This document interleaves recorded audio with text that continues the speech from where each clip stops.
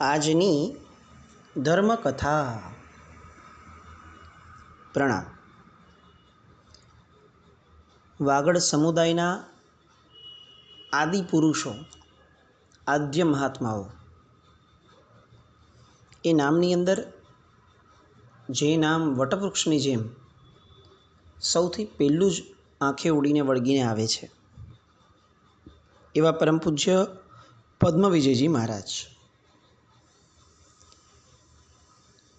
ગઈકાલે આપણે જોયું કે વિક્રમ સંવત 1883 એટલે ઈસવીસન 1827 1827ની અંદર 17 વર્ષની ઉંમરે પરબતભાઈ પદ્મવિજયજી મહારાજ સાહેબ બન્યા. એમણે શરૂઆતમાં દીક્ષા લીધેલી હતી યતિ પરંપરામાં, કારણ કે એ સમયે સંવિઘ્ન પરંપરા, જેને આપણી અત્યારની સાધુ ભગવંતોની પરંપરા કહેવાય છે, એ સંવિઘ્ન પરંપરામાં ટોટલ મળીને આખા ભારતમાં ગુરુ ભગવંતો ગણીને કદાચ 2 આંકડામાં માંડ હતા, 15 જેટલા તો મુશ્કેલથી હતા. એટલે એવી વિકટ પરિસ્થિતિની અંદરમાં કચ્છ જેવી સખત ભયંકર કહી શકાય એવી ભૌગોલિક પરિસ્થિતિ, જેનું જિયોગ્રાફિકલ સ્ટ્રક્ચર જ એવું છે કે જ્યાં જવું હોય કોઈ બહારના વ્યક્તિએ તો એણે 100 વાર વિચાર કરવો પડે. એ જમાનો આટલો ઇઝનો ન હતો કે આજે જેટલી ટ્રાન્સપોર્ટની વ્યવસ્થા છે, અથવા જે રીતે કચ્છને હરિયાળો બનાવી દેવામાં આવ્યો છે, આ બધું ત્યારે કલ્પનામાં પણ કોઈને નહીં હોય. એ સમય હતો કે જ્યારે એક ડબલું પાણી લેવું હોય, એક ટમ્બલર પાણી લેવું હોય તો કદાચ કેટલીક કિલોમીટર સુધી લાંબી મજલ કાપવી પડતી હતી. એવા સમયની અંદર આવા કચ્છ દેશની અંદર સંવિઘ્ન પરંપરાના સાધુ ભગવંતો મળવા મુશ્કેલ, અને એટલે એમણે આ શ્રી પૂજ્ય એટલે કે યતિ પરંપરાની અંદર દીક્ષા લીધી. આજે પણ કચ્છના કેટલાય ગામડાઓ એવા છે કે જ્યાં યતિ પરંપરાની યાદગીરી સમી ગાદીઓ આજે પણ બિરાજમાન છે, અને એ ગાદીઓને હોંશે હોંશે આખું ગામ બહુ પૂજ્ય ભાવે પૂજી રહ્યા છે. કોઈ પણ સંપ્રદાયના કેમ ન હોય, પણ આ બધી જે ગાદીઓ હતી કે જે ગાદી પર બેસી અને યતિઓ એમના જીવનની અંદર તે ગામો, તે ચૈત્યો વગેરેના વહીવટ વગેરે અને પોતાની સાધના વગેરે કરતા હતા. એવા રવિ વિજયજી મહારાજ, એમની પાસે આ પરબતભાઈએ દીક્ષા લીધી. રવિ વિજયજી મહારાજ સાહેબની ગુરુ પરંપરા એ પણ આપણને કદાચ ખ્યાલમાં ન હોય તો એ અપરાધ ગણાય, કારણ કે એમના તાર સીધા હીરસુરી મહારાજ સાહેબ સુધી જોડાયેલા હતા. પરમાત્મા મહાવીરની પાટે જગતગુરુ હીરસુરી મહારાજ સાહેબ 58મી પાટે બિરાજમાન થયા હતા. ત્યાર પછીથી સેનસુરીજી મહારાજ આવ્યા. એ પછીથી ઉપાધ્યાય કીર્તિ વિજયજી મહારાજ સાહેબ આવ્યા. એ પછીથી ઉપાધ્યાય માન વિજયજી મહારાજ સાહેબ પધાર્યા. એ પછીથી યતિ પરંપરાનું જોર વધ્યું અને સંવિઘ્ન પરંપરા એ અતિશય નબળી પડી. ઓલમોસ્ટ એમ કહી શકાય કે આપણે ફક્ત સાવ કહી શકાય કે આપણે છીએ, બસ એટલી પરિસ્થિતિમાં આપણે રહ્યા. એટલે ઉપાધ્યાય માન વિજયજી મહારાજ સાહેબ પછીથી રંગ વિજયજી મહારાજ, લક્ષ્મી વિજયજી મહારાજ, એમની પછીથી હંસ વિજયજી મહારાજ, એમની પછીથી ગંગ વિજયજી મહારાજ સાહેબ, અને એમના શિષ્ય યતિવર્ય શ્રી રવિ વિજયજી મહારાજ સાહેબ. એટલે પરમાત્માની 66મી પાટે આ રવિ વિજયજી મહારાજ સાહેબ હતા. અને એ રવિ વિજયજી મહારાજ સાહેબના પટ્ટદર તરીકે પૂજ્ય પદ્મ વિજયજી મહારાજ સાહેબ એ 67મી પાટે ગણાય. આ પાઠ પરંપરા એટલા માટે નથી કે આપણને ખબર પડે કે આપણે ભગવાનની પાટે છીએ. આ પાઠ પરંપરા મુખ્યતયા એટલા માટે છે કે આપણને ગૌરવ થાય કે આવી વિકટ પરિસ્થિતિઓ, આવી ડિફિકલ્ટ સિચ્યુએશન્સમાં પણ આ બધા મહાપુરુષોએ પોતે એક મશાલને જીવનભર માટે પકડીને રાખી અને પરમાત્માના શાસનને જેટલે અંશે તેઓ સાચવી શક્યા એટલે અંશે પોતાની બધી જ એફર્ટ્સ મૂકી સાચવી અને આપણા સુધી પહોંચાડ્યું છે. યતિ પરંપરા એ ચોક્કસપણે સંવિઘ્ન માર્ગ જે પરમાત્મા કહીને ગયા એ માર્ગથી શિથિલ હતી. પરંતુ એક હોશ આપણે પણ ઊભી રાખીએ કે યતિ પરંપરા હતી તો છેવટે માર્ગ ઊભો રહ્યો. સમયાંતરે એ યતિ પરંપરાને પણ સંવિઘ્ન પરંપરાએ પોતાની રીતે ઓવરટેક કરી જ, જે ઇષ્ટ હતું જ. પરંતુ યતિ પરંપરાએ વચલા એ વર્ષોની અંદર લોકો માટે એક નાનું પણ આલંબન તો ઊભું મૂક્યું હતું. વળી આ યતિ પરંપરાના ગુરુ ભગવંતો એ પણ કેટલાક આચારોની અંદર ખૂબ સંપન્ન રહેતા, કેટલાક વિચારોની અંદર ખૂબ સંપન્ન રહેતા. મુખ્ય ડિફરન્સ જે હતો એ હતો કે તેઓ પૈસા આદિના વહીવટમાં, જિનાલયના ચૈત્ય આદિના વહીવટની અંદરમાં તેઓ કમ્પ્લીટલી એક્ટિવ રહેતા, જે સંવિઘ્ન ગુરુ ભગવંતોનું કાર્ય નથી. આમ 67મી પાટે પૂજ્યશ્રી પધાર્યા. એમનું પ્રથમ ચાતુર્માસ મુન્દ્રામાં થયું હતું એવો પણ એક ઉલ્લેખ આવે છે. હવે આ મહાત્માના જીવનની અંદરમાં ચારિત્રનો પ્રેમ સખત રહ્યો. આપણે ચોક્કસ માનવું પડે કે પદ્મવિજયજી મહારાજ સાહેબ બ્લેસ્ડ હતા, જેમને કોઈ એવા વિશેષ ગુરુ ભગવંતોના પ્રવચન આદિનો યોગ મળવો મુશ્કેલ. કંઈક ભણવું હોય તો કોઈ ગુરુ ભગવંત જે છે જ્ઞાની, એમનો સંયોગ થવો મુશ્કેલ. ક્યાંય કોઈ આલંબન, સત્સંગ આવી કોઈ વસ્તુ જ્યારે શક્ય ન હતી, એવા સમયે પૂજ્યશ્રી પોતાના સેલ્ફને પોતે જાતે વૈરાગ્યથી વાસિત કરી અનેક ગ્રંથોના અભ્યાસ સુધીમાં લઈ જતા. આ બધું આપણી માટે બોલવું જેટલું ઇઝી છે, એ લોનલીનેસવાળી લાઈફ એમની માટે કેટલી મુશ્કેલ હશે એ વિચારવું એ ખળભળાટ મચાવી દેવું છે.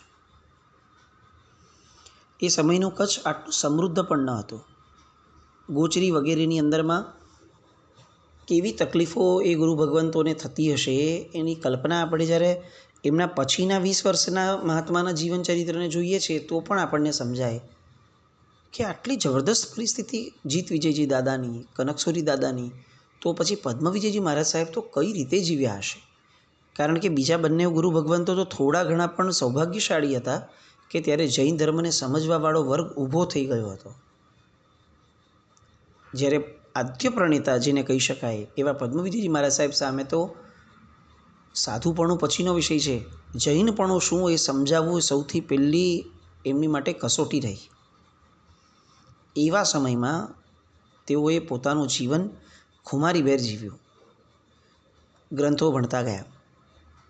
જેમ જેમ ગ્રંથો ભણાતા ગયા તેમ તેમ ખ્યાલ આવતો ગયો કે આપણે જે યતિ પરંપરામાં છીએ એ યતિ પરંપરા એ મૂળભૂત પરમાત્માની પરંપરાથી વિચલિત થયેલી પરંપરા છે. અને આચારોની અંદરની અશિથિલતા એમને ખૂંચવા લાગી. એમને સતત એવું થવા લાગ્યું કે ચારિત્ર આ ન હોય.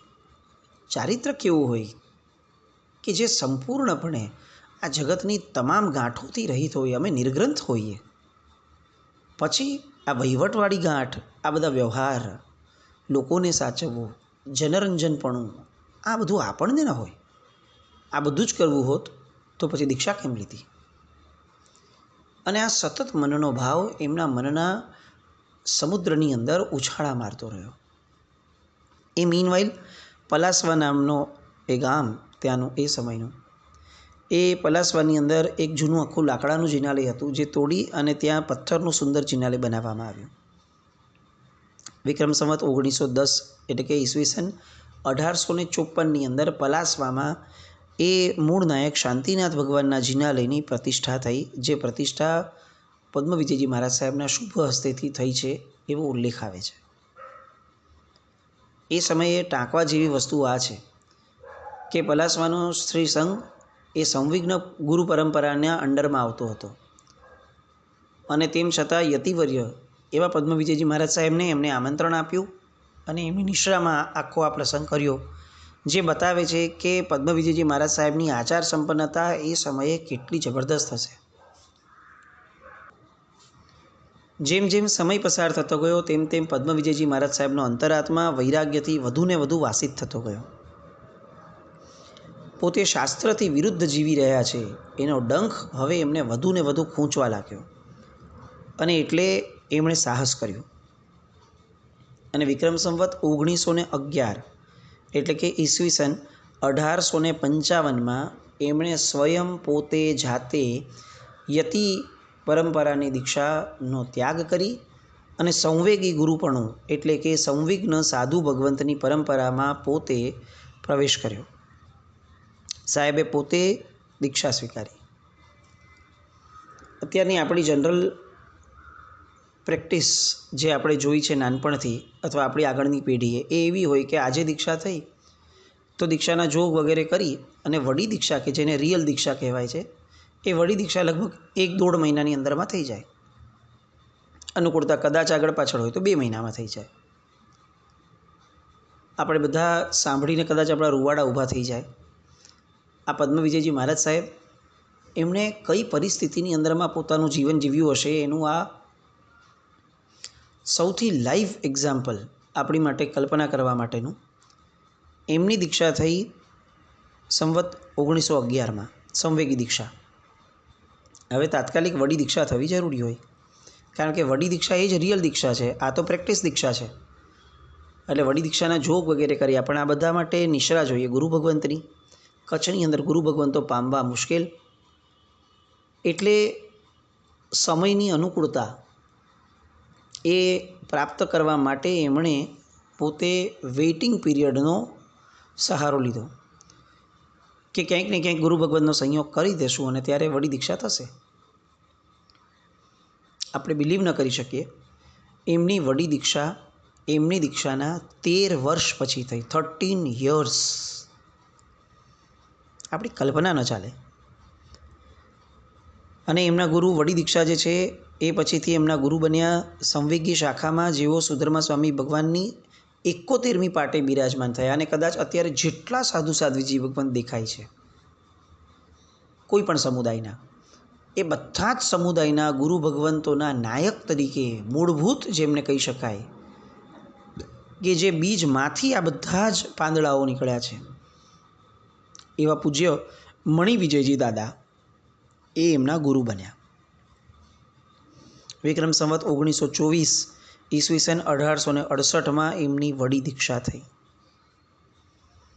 13 વર્ષ સુધી સાહેબનું સ્ટેટસ શું દીક્ષિત તરીકેનું તો તેઓ યતિ પરંપરામાં દીક્ષિત થયા હતા. યતિ પરંપરાના ત્યાગી બન્યા એટલે હવે યતિ ન રહ્યા.